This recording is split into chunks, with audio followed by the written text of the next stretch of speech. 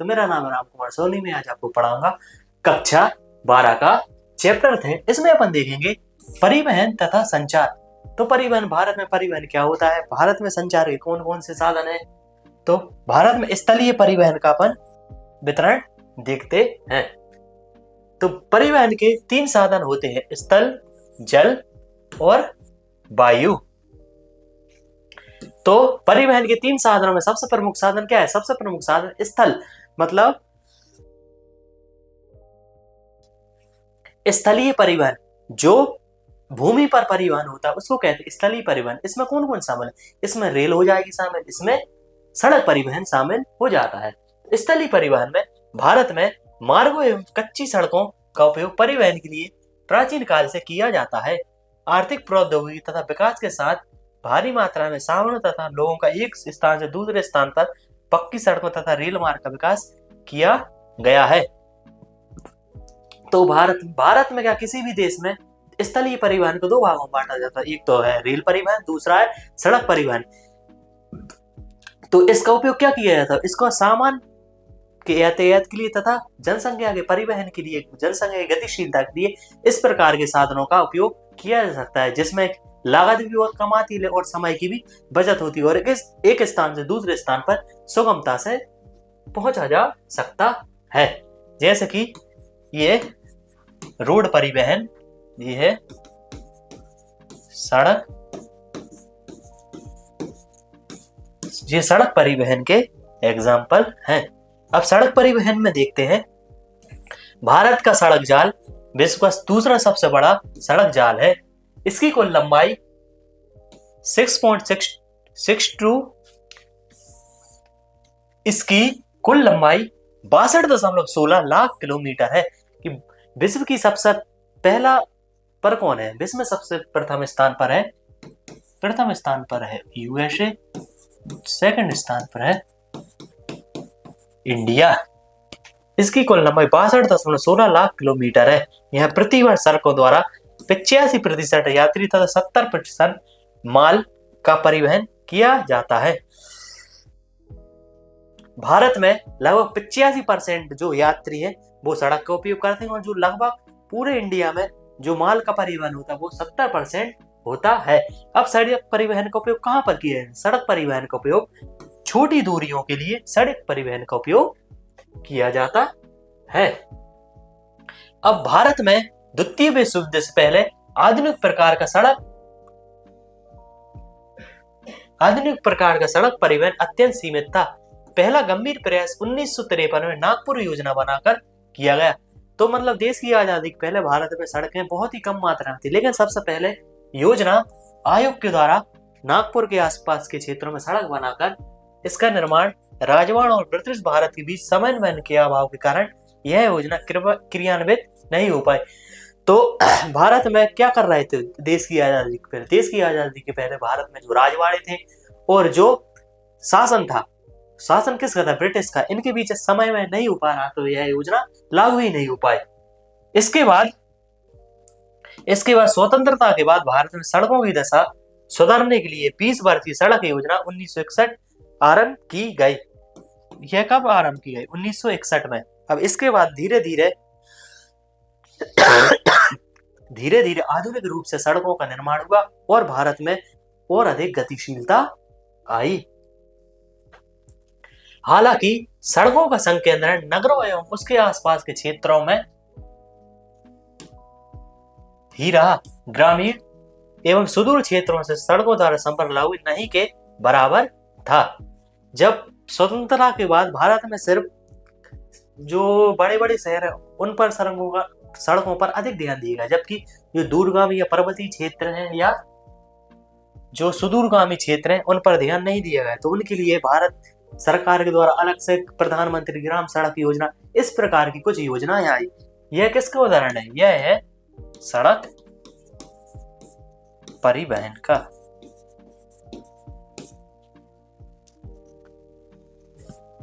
अब इसमें अपन देखते हैं सड़क परिवहन में राष्ट्रीय महामार्ग। तो राष्ट्रीय महामार्ग क्या होती है? तो राष्ट्रीय महामार्ग जो किसी एक देश की राजधानी को, जो किसी एक राज्य की राजधानी को दूसरे राज्य की राजधानी से जो मार्ग जोड़ते हैं उनको नेशनल हाईवे या राष्ट्रीय राजमार्ग या राष्ट्रीय महामार्ग कहा जाता है। अब वे प्रमुख सड़कें जिन्हें केंद्र सरकार द्वारा निर्मित एवं अनुरक्षित किया जाता है राष्ट्रीय महामार्ग के नाम से जानी जाती है। अब जो राष्ट्रीय राजमार्ग नेशनल हाईवे, इनका रखरखाव किसके द्वारा किया जाता है?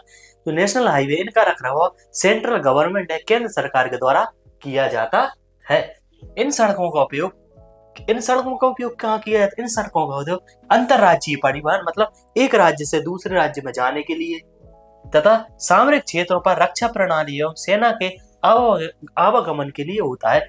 जैसे कि इंडिया के आसपास यहाँ पर जो बॉर्डर है, यहाँ पर चारों ओर यह सड़क बना दी गई, तो इस प्रकार से सामरिक सुरक्षा के लिए भारत में इस प्रकार यहाँ पर चारों ओर सड़क बनाई गई, तो इस प्रकार सामरिक सुरक्षा के लिए और भारत की जो सेना है, जो सेना में आवागमन के लिए इस प्रकार की सड़कें अधिक उपयोगी होती है।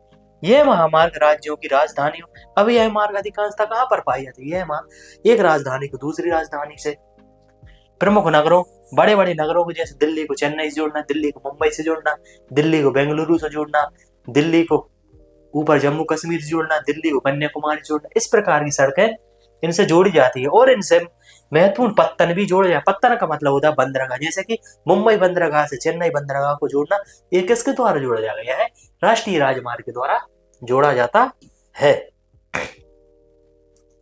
यह क्या है? यह किसका उदाहरण है जो अधिक चौड़ाई में भी बनाई जाती है? यह है नेशनल हाईवे के उदाहरण है। राष्ट्रीय महामार्गों की लंबाई 1900, अब अपन ये देखेंगे कि कैसे समय के साथ राष्ट्रीय राजमार्गों की लंबाई बढ़ी। 1951 में कितनी थी?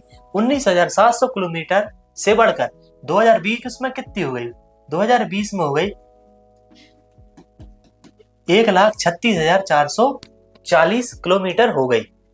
अब राष्ट्रीय महामार्गों की लंबाई पूरे देश की कुल सड़कों की लंबाई की मात्र कितनी % है? पूरे भारत में सड़कों की लंबाई में इनकी लंबाई सिर्फ 2% है, बहुत छोटी, लेकिन इनके द्वारा यातायात का 40% भाग वहन करते हैं। क्यों? क्योंकि इनकी गुणवत्ता बहुत अच्छी है, इनकी कनेक्टिविटी बहुत अच्छी है, दो महामार्गों को जोड़ती है, तो इसमें गतिशीलता, इनमें मूवमेंट भी बहुत अधिक पाया जाता है। भारतीय राष्ट्रीय महामार्ग प्राधिकरण का प्रचलन 1995 में हुआ। अब जो नेशनल अथॉरिटी भारतीय राष्ट्रीय महामार्ग प्राधिकरण कब अस्तित्व में आया? यह 1995 में अस्तित्व में आया। इसका ओरिजिन हुआ, यह भूतल परिवहन मंत्रालय के अधीन एक स्वायत्ता निकाय संस्था है। अब यह किसके अंतर्गत आता है? यह परिवहन मंत्रालय के अंतर्गत आता है। इसे राष्ट्रीय महामार्गों के विकास, रखरखाव तथा प्रचालन की जिम्मेदारी सौंपी गई है। अब भारतीय राष्ट्रीय महामार्ग प्राधिकरण का कार्य क्या है? इसका कार्य है कि महामार्गों का विकास करना, उनका रखरखाव करना, उनकी प्रचलन, उनकी देखरेख एवं उनकी जिम्मेदारी सौंपी गई है। इसके साथ यह राष्ट्रीय महामार्गों के रूप में निर्दिष्ट सड़कों की गुणवत्ता, उनमें गुणवत्ता में भी सुधार करता है। कहां पर सड़कें टूट फूट गई हैं तो उनमें यह सुधार करता है। और यह किसके द्वारा रखरखाव किया जाता है? सेंट्रल गवर्नमेंट के द्वारा इसका रखरखाव किया जाता है। यह एक शीर्ष संस्था है। कौन? भारतीय राष्ट्रीय महामार्ग प्राधिकरण भारतीय शीर्ष संस्था है और यह नेशनल हाईवे का रखरखाव करती है। अब यहाँ पर कुछ डाटा देखते हैं, जैसे कि सड़क है और इनकी लंबाई दी गई है। तो राष्ट्रीय महामार्ग की लंबाई कितनी है? 1,36,440। राज्य महामार्ग की लंबाई कितनी है? इसकी लंबाई 1,76,818। और अन्य की कितनी है? इसकी है 5 लाख, लगभग 6 लाख के आसपास। और कुल सड़क की कितनी है? इसकी ये पूरी 62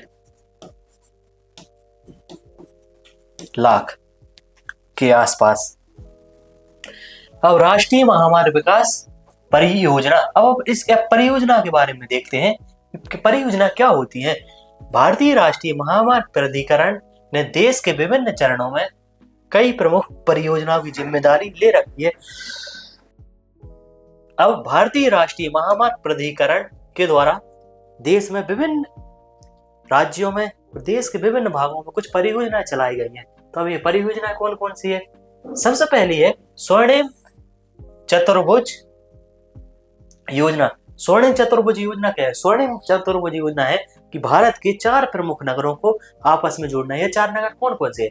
ये 4 नगर है, जैसे यहाँ है दिल्ली, यहाँ है मुंबई, दिल्ली से मुंबई, यहाँ पर है कोलकाता, ये है दिल्ली, ये है मुंबई, यहाँ पर है चेन्नई, यहाँ पर है कोलकाता। इन चारों को इस तरह जोड़ना है। इसको क्या कहते हैं? इसको कहते हैं स्वर्णिम चतुर्भुज योजना।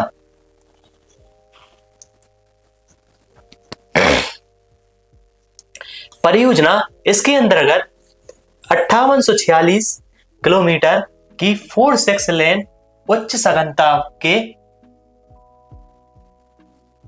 यातायात गलियारे शामिल है, जो देश के 4 विशाल महानगरों, अब यह सबसे महत्वपूर्ण बात है, स्वर्णिम चतुर्भुज योजना किन किन नगरों को जोड़ती है? दिल्ली, मुंबई, चेन्नई और कोलकाता। दिल्ली, मुंबई, चेन्नई और कोलकाता को आपस में जोड़ती है।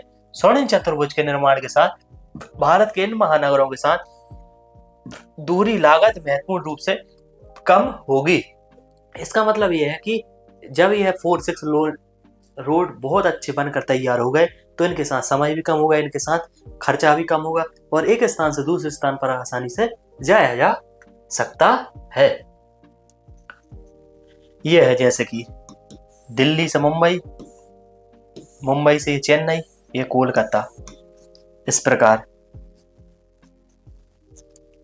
अब है उत्तर दक्षिणी तथा पूर्वी पश्चिम गलियारा, मतलब भारत के पश्चिम से पूरब की ओर जोड़ता है और उत्तर को दक्षिण से जोड़ने वाला यह गलियारा है।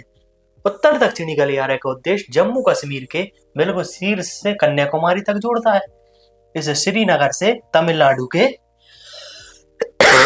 कन्याकुमारी को 4000 किलोमीटर लंबे मार्ग द्वारा जोड़ता है और एक पूरब से पश्चिम गलियारा है जो असम के सिलचर से गुजरात के पोरबंदर को 3640 किलोमीटर को जोड़ता है। ऊपर उत्तर से दक्षिण की लंबाई कितनी है? यह है लगभग 4000 और पूरब से पश्चिम की लंबाई कितनी है? इसकी लंबाई लगभग 3600 किलोमीटर। अब राज्य महामार्ग क्या होती हैं? जो एक राज्य के प्रमुख महामार्गों को जोड़ते हैं उनको कहा जाता है राज्य महामार्ग। इनको कहा जाता है स्टेट हाईवे। इन मार्गों का निर्माण, अनुरक्षण राज्य सरकार के द्वारा। अब राज्य महामार्ग है तो इनका अनुरक्षण, इनका अनुदान या इनको कौन बनाएगा? इनको बनाएगी राज्य सरकार। ये राज्य की राजधानी, जिला मुख्यालयों को एवं अन्य शहरों को जोड़ते हैं। अब ये किसको जोड़े गए? जैसे एमपी की राजधानी है भोपाल, अब भोपाल से इंदौर को जोड़ दिया, भोपाल से जबलपुर को जोड़ दिया, भोपाल से ग्वालियर को जोड़ दिया, भोपाल से छिंदवाड़ा को जोड़ दिया। तो इस प्रकार से यह सड़कें कार्य करती है। यह मार्ग राष्ट्रीय महामार्गों से जुड़े होते हैं। अब यह मार्ग आगे जाकर नेशनल हाईवे से जुड़ जाएंगे। अब तीसरा है जिला सड़कें। ये सड़कें मुख्य सड़कें तथा जिले के अन्य महत्वपूर्ण स्थलों के बीच संपर्क बनाती है। यह जिला सड़क से राज्य सड़क जुड़ गए, अब राज्य सड़क से नेशनल हाईवे जुड़ गए। तो इस प्रकार यह एक कड़ी बनती जाती है। यह कैसी सड़कें? यह जो कच्ची सड़कें हैं, जो ज्यादा मजबूत सड़कें नहीं है, इनको जिला सड़कें कहा जा सकता है। अब है ग्रामीण सड़कें। जो ग्रामीण क्षेत्रों में जो नेशनल हाईवे से जो सड़कें छोटी छोटी निकली ग्रामों में जाती है उनको क्या कहा जाता है? उनको कहा जाता है ग्रामीण सड़कें। जैसे कि यह नेशनल हाईवे है, यहाँ पर कोई बस्ती है तो यहाँ से एक छोटी सड़क गांव में जोड़ दी गई, तो इसको क्या कहा जाएगा? इसको कहा जाएगा ग्रामीण सड़क। ये सड़क ग्रामीण क्षेत्रों को आपस में जोड़ने के लिए अत्यंत महत्वपूर्ण होती है। भारत की कुल सड़कों की लंबाई का लगभग 80% हिस्सा ग्रामीण सड़कों के रूप में वर्गीकृत किया गया है। क्यों? क्योंकि भारत में सर्वाधिक क्या है, भारत की लगभग 58% भारत की लगभग 68% जनसंख्या ग्रामीण है, इसलिए ग्रामीण सड़कों का घनत्व भी अधिक है। ग्रामीण सड़कों के घनत्व में प्रादेशिक विषमता पाई जाती है, क्योंकि भूभाग की प्रकृति से प्रभावित होती है। अब ग्रामीण सड़कों में ही नहीं, नेशनल हाईवे, स्टेट हाईवे में भी बहुत अधिक विषमता पाई जाती है, क्योंकि भारत में एक समतल सतह नहीं है, बहुत अधिक भारत में उच्चावच पाए जाते हैं। यह कौन सी सड़क है? यह है ग्रामीण सड़क। अब कुछ अन्य सड़कों में देखते हैं। अन्य सड़कों के अंतर्गत सीमांत सड़कें, कुछ अन्य सड़कों में कौन सी आएंगी? एक आएंगी सीमांत सड़कें और दूसरी आती है अंतर्राष्ट्रीय महामार्ग आते हैं। अब जो ये है 1960 में सीमा सड़क संगठन को देश के उत्तरी एवं दक्षिण पूर्वी से सटी सामरिक दृष्टि से महत्वपूर्ण सड़कों के तीव्र और समन्वय सुधार के माध्यम से आर्थिक विकास को गति देने और रक्षा की तैयारी को मजबूती प्रदान करने के उद्देश्य से स्थापित किया गया है। तो जो सीमा सड़क संगठन है, इसको अपन बोलते हैं BRO। इसका कार्य क्या है? इसका कार्य है कि भारत में तो सीमावर्ती क्षेत्र जैसे जम्मू कश्मीर है, लद्दाख है, हिमाचल प्रदेश है, उत्तराखंड है, इनके आसपास में सड़क का निर्माण करे, और यह किसके अंतर्गत आती है? यह आती है केंद्र सरकार के अंदर, और उनका रखरखाव करे ताकि सेना एक स्थान से दूसरे स्थान पर आसानी से परिवहन किया जा सकता है। इन्हीं का निर्माण है पर्वतीय क्षेत्र में अच्छे से सुगम महामार्ग का निर्माण किया जा सके। यह किसकी पहल है? यह पहल है BRO, इसकी पहल मानी जाती है। यह अग्रणी बहुमुखी निर्माण अभिकरण है। इसके अति ऊंचाई वाले पर्वतीय क्षेत्र में जैसे चंडीगढ़ को मनाली तथा लेह लद्दाख को जोड़ने वाली सड़क बनाई गई है। यह बहुत ही केंद्र सरकार का शीर्ष निकाय है, जैसे कि पर्वतीय सड़कें जैसे कि चंडीगढ़ से शिमला जोड़ना, चंडीगढ़ से मनाली जोड़ना, चंडीगढ़ से कुल्लू जोड़ना, चंडीगढ़ से लेह लद्दाख को जोड़ना, इस प्रकार की योजना किसके द्वारा बनाई जाती है? इस प्रकार की योजना BRO के द्वारा बनाई जाती है। अब भारतमाला परियोजना देश के बुनियादी ढांचों के विकास का मार्ग। अब अपन देखते हैं एक भारतमाला परियोजना के बारे में।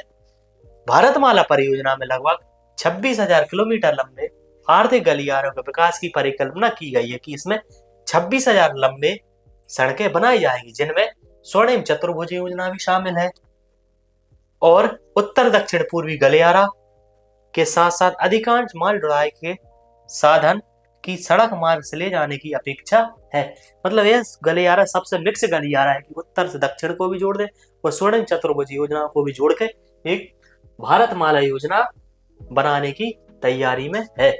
इस कार्यक्रम में क्या क्या बना? इस कार्यक्रम में जैसे ये शहर है, शहर के आसपास रिंग रोड, बाईपास, ऊंचे गलियारों का विकास